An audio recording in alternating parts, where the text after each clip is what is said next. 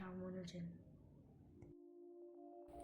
रामानुजन एक great mathematician, हम सब जानते हैं इनके बारे में, पर आज पूरी डिटेल में मैं बताऊंगी शुरू से लेके अंत तक। इनकी सारी कहानी की, इनका जन्म कब हुआ था, इन्होंने कैसी कैसी डिफ़िकल्टी फेस करी, ये कैसे एक महान मैथमेटिशियन बने और इनका देहांत कब हुआ। जी हाँ, सबसे लास्ट और एकदम गंदा पार्ट तो मैं सब बताऊंगी इस वीडियो में शुरू से लेके अंत तक। रामानुजन का जन्म हुआ था 22 दिसंबर 1887 में इरोड, तमिलनाडु में।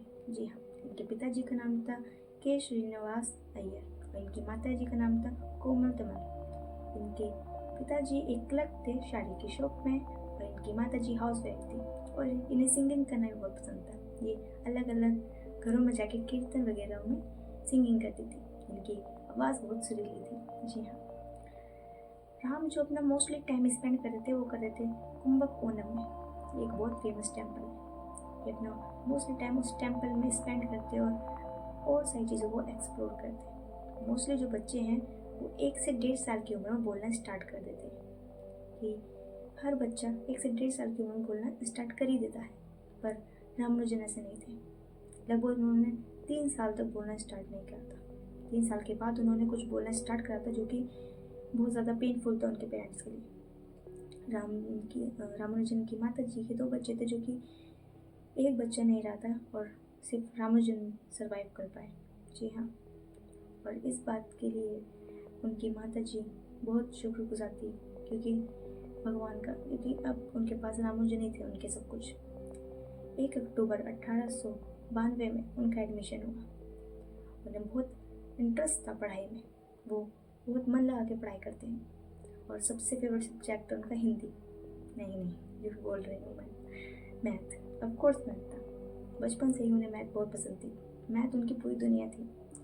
वो ऐसी ऐसी चीज़ें सॉल्व करने लगे थे ना एक छोटी सी उम्र में, जो सोचना भी मुश्किल था। मुझसे तो प्लस भी नहीं आता सच में, पर सच में वो ऐसी ऐसी थ्योरी सॉल्व करने लग गए थे जो कि आगे वीडियो में बताऊँगी, जो कि मेरे बस की तो नहीं है। आप ज़रूर बताना कमेंट में कि आपको मैथ पसंद है या नहीं। मुझसे पूछोगे तो नहीं, सॉरी, जितने लोग भी हैं मैथ को पसंद करते हैं उनको, पर मेरे से नहीं होती। खैर, अपनी वीडियो पे आते हैं। उन्हें मैथ में बहुत इंटरेस्ट था। प्राइमरी एग्ज़ाम में उन्होंने जब 10 साल के थे उन्होंने पहली पोजीशन हासिल करी और इसके बाद वो टाउन के हायर सेकेंडरी एजुकेशन में गए।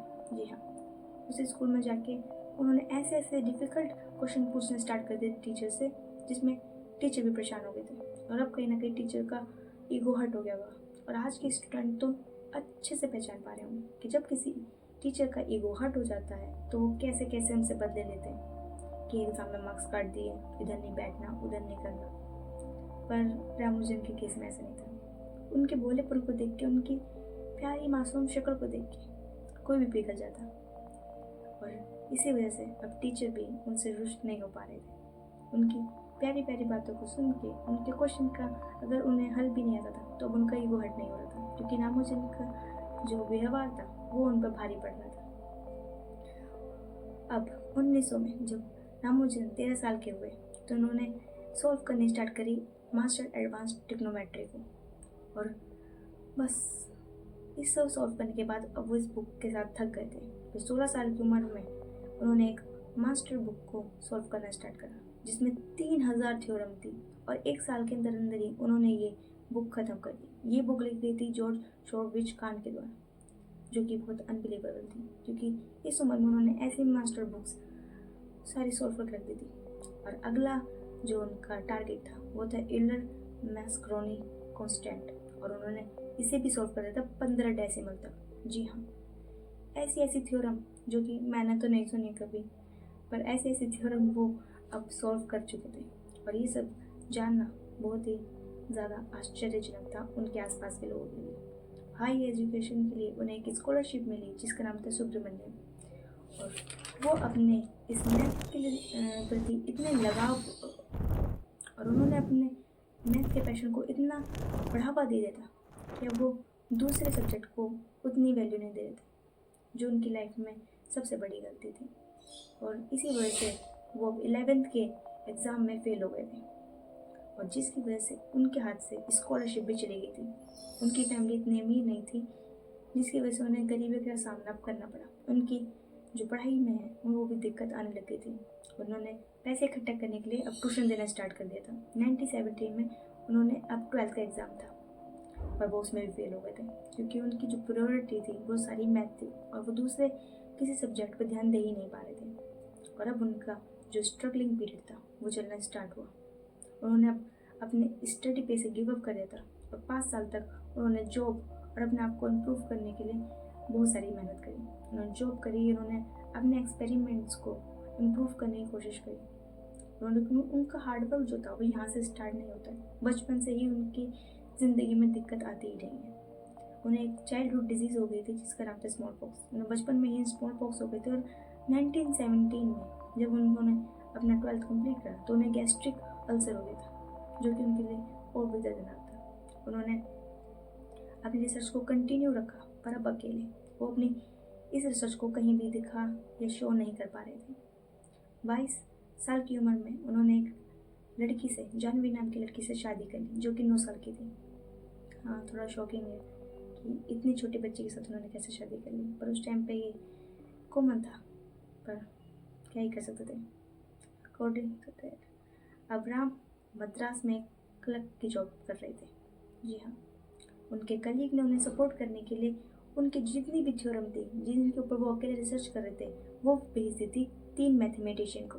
जी हाँ, मोस्ट पॉपुलर 3 मैथमेटिशियन को उन्होंने ये थ्योरम भेज दी थी। पहले मैथमेटिशियन का नाम है H.F. बेकर, दूसरे का नाम है E.W. हॉबर्न और तीसरे का नाम है G.H. हार्डी। जी हाँ, इन तीनों को उन्होंने भेजी थी।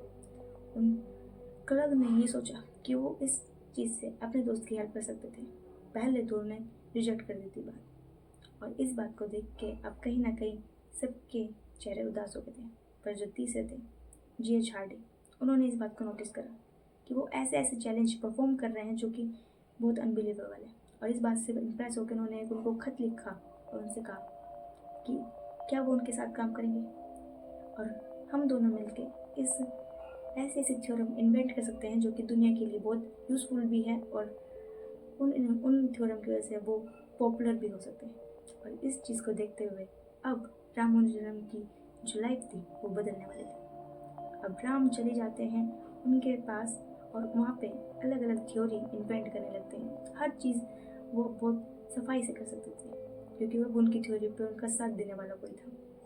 उन्होंने वहाँ से अपनी BA डिग्री कंप्लीट करी एक ग्रेट कोच के द्वारा। जहाँ पे इंडिया अपने आज़ादी के लिए लड़ रहा था, वहाँ पे अब रामानुजन अपनी सक्सेस देख पा रहे थे। वो हर एक थ्योरम ऐसी खोज रहे थे जो कि दूसरे लोगों के लिए डिस्कवर करना मुश्किल था। और अब ये दोनों पूरे वर्ल्ड में अलग अलग थ्योरम प्रेजेंट कर रहे थे। पर रामानुजन की जो किस्मत थी वो इतनी भी अच्छी थी। उनकी टीवी की वजह से उनकी लाइफ स्पॉइल हो गई। 33 वर्ष की उम्र में उनका निधन हो गया 26 अप्रैल 1920 में। अब वो इस दुनिया को छोड़ के चले गए थे, जो कि सबसे सैड न्यूज़ थी, क्योंकि इतनी अच्छी अच्छी थ्योरम वो और भी ला सकते थे अगर वो थोड़े और भी सर्वाइव करते, जो इस दुनिया के लिए बहुत ज़्यादा यूज़फुल हो सकती थी। उन्हीं की वजह से वो अब सर्वाइव नहीं कर पाए और वो हमारे इस देश को अलविदा कह गए। इस दुनिया को अब उन्होंने छोड़ देना। ये थी रामानुजन की पूरी लाइफ और उनका जो सफ़र था इतनी कठिनाइयों से भरा, वो मैंने आपको सब बता दिया। अगर आपको वीडियो अच्छी लगी तो लाइक, सब्सक्राइब, कमेंट और शेयर करें और बताएं आपको कौन सा पार्ट सबसे ज़्यादा अच्छा लगा, और अपनी मेरी वीडियो भी अपने फ्रेंड के साथ शेयर करें ताकि उन्हें भी नॉलेज और इन्फॉर्मेटिव वीडियोस मिलती रहें। और सब्सक्राइब कर दीजिए इस चैनल को। Thank you everyone. हर महादेव। Bye bye.